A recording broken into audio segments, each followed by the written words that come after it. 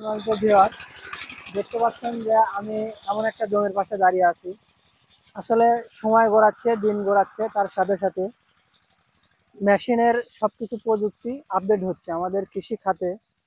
আসলে মানুষের শ্রম, সময় এবং অর্থনৈতিক দিয়ে সবকিছুই আস্তে আস্তে ধীরে ধীরে আমাদের উন্নতি হচ্ছে এবং লাভবান হচ্ছে।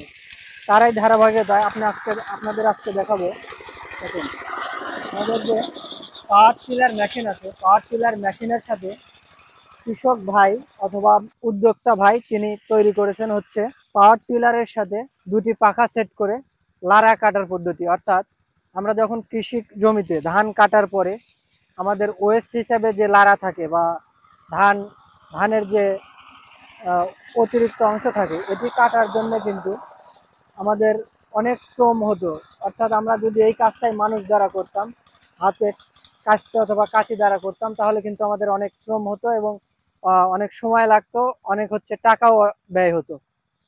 আর সেই ক্ষেত্রে আমরা দেখতে পাচ্ছি যে একটি পাওয়ার টিলার দ্বারা খুব অল্প সময়ের মধ্যে এই কাজটি সমাধান করা যাচ্ছে। ভাইয়ের কাছ থেকে জানবো যে এখানে কতটুকু সময় লাগে 1 বিঘা জমিতে এবং কেমন টাকা খরচ হয় এবং তার লাভ কেমন হয়, সকল বিষয় আপনাদের জানাবো। আসসালামু আলাইকুম ভাই। ওয়ালাইকুম আসসালাম। ভালো আছেন? ইনশাল্লাহ ভালো আছি ভাই। তো আমি আপনার ভিডিও করলাম বেশ কিছুক্ষণ ধরে, এগুলো জমিতে যে লারা কাটতেছিলেন। এই লারা কাটার পার বিঘা কত টাকা বিঘা লারা কাটতেছেন? লারা কাটতেছি আমি 300 টাকা, 250 টাকা। 250 থেকে হ্যাঁ 300 টাকা হ্যাঁ। বিঘা। এবং আমি আরেকটা জিনিস জানতে চাই, সেটা হচ্ছে যে আপনি যে এই পাওয়ার টিলারের সাথে হুম। এই লারা কাটার মেশিন যে সেট করছেন, এটা একটা ডিফারেন্সিয়াল। এটা হচ্ছে সরাসরি পুলি থেকে এই পুলিতে সেট করছেন ইয়েস। একটা ফিতা দিয়ে। তো হচ্ছে যে এই মেশিন, এই সেটটার দাম কত আপনার? এই এই সেটের সেটটা এই সেটের দাম আমার 15,000 টাকা পড়ছে। 15,000 টাকা। 15,000 টাকা পড়ছে। এবং একটা পাওয়ার টিলারের দাম পাওয়ার ট্রেনের দাম এখন বর্তমান 2 লাখ টাকা। 2 লাখ টাকা।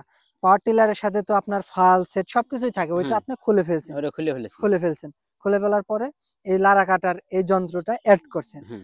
পাশাপাশি আপনি কি শুধু লারাই কাটেন না হাল সবকিছুই না, করেন? আমি সিজনে লারা কাটি। হ্যাঁ, হ্যাঁ, আর ইডি সিজন আইলে পরে আমি জমি হাল চাষ বাই করেন। চাষ করি। বাড়ির হ্যাঁ, জমি আছে বিঘা বিশেক। আচ্ছা, তো আচ্ছা। চাষ টাস করি।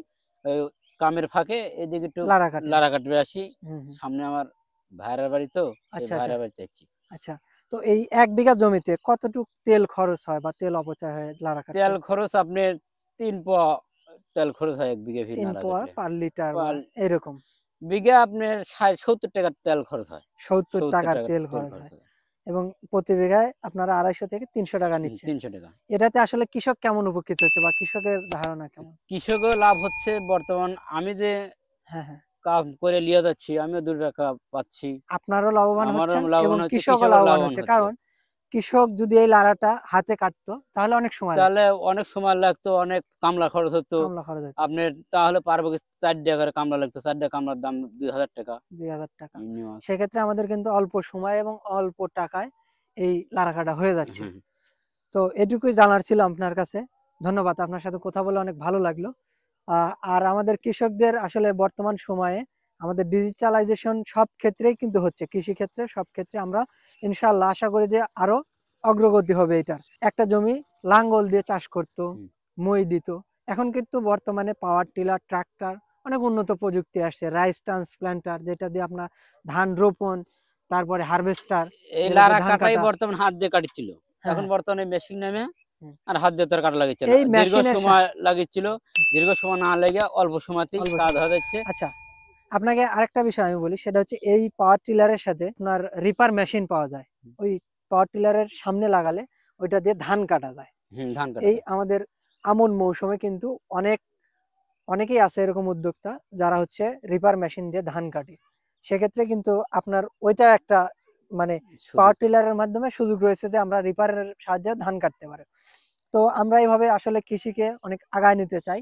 এটা আমাদের আসলে এক প্রকার মানে আগামী দিনে প্রতিজ্ঞাবদ্ধ ভবিষ্যৎ। আমরা, যে আমরা আগামী দিনে কৃষিকে আমরা বাংলাদেশকে জাপানের সাথে তুলনা করতে চাই। বাংলাদেশ, অনেকে বলে জাপান বাংলাদেশের থেকে 50 বছর, পৃথিবী থেকে 50 বছর এগিয়ে আছে। আমরা সেই জাপানের কাছাকাছি যাইতে যেতে চাই। চাই। ধন্যবাদ ভাই। আপনাকে অনেক অনেক ধন্যবাদ। আপনি আসলে কৃষকের এবং আপনার দুজনের লাভবান হচ্ছেন, কৃষকের উপকারে আসছেন। আসসালামু আলাইকুম। ওয়ালাইকুম সালাম। এবং আপনারা সবাই আমার চ্যানেলটি এবং পেজটি ফলো করে দিবেন। ধন্যবাদ সবাইকে। আসসালামু আলাইকুম।